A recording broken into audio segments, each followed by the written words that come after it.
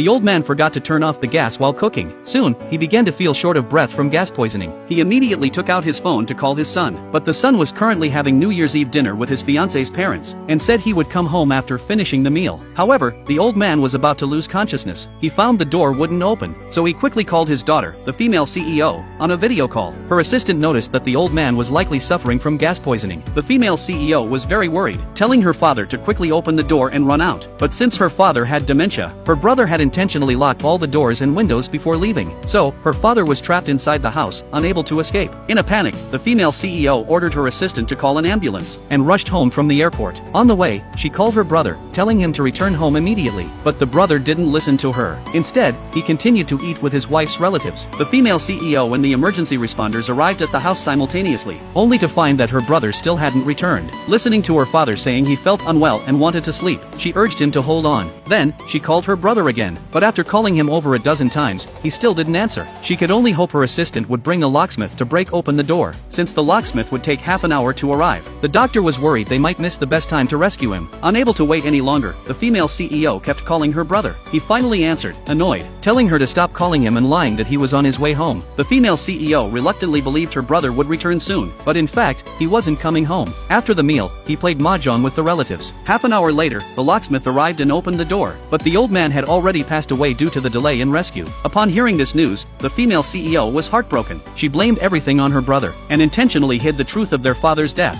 telling her brother that their father was waiting for him to return tomorrow. She added that if he didn't come, he would never see their father again. Coincidentally, tomorrow was the day he was supposed to marry his fiancée. He decided to follow his fiancée's plan, finishing the wedding before going back home to see their father. That evening, they had the wedding rehearsal at the hotel. The female CEO arrived at the same hotel to arrange for her father's funeral banquet. She saw her brother bowing to his fiancée's parents, and this sight ignited her fury. She yelled at her brother, calling him an unfilial son, accusing him of bowing to his fiancée's parents but not going home to see their father. At that moment, the brother remembered his father's hardships. Since their mother passed away early, their father worked at a construction site during the day and made candles at night, just to earn more money to support him and his sister through college. After they graduated, every time they returned home, their father would buy them new clothes. But his own clothes were patched up and had been worn for 10 years. After he graduated from college and started working, his father was still working at the construction site to save money for his wedding. He said once he got married, he could finally enjoy life. But not long after, their father developed dementia. He never imagined his father would die from gas poisoning. The female CEO urged him to cancel the wedding the next day, but the fiancé refused to agree, angrily saying that if he canceled the wedding, she would divorce him. The brother had no choice but to reject his sister's unreasonable request. Seeing this, the female CEO warned him that if he didn't return home the next day, he would regret it for the rest of his life.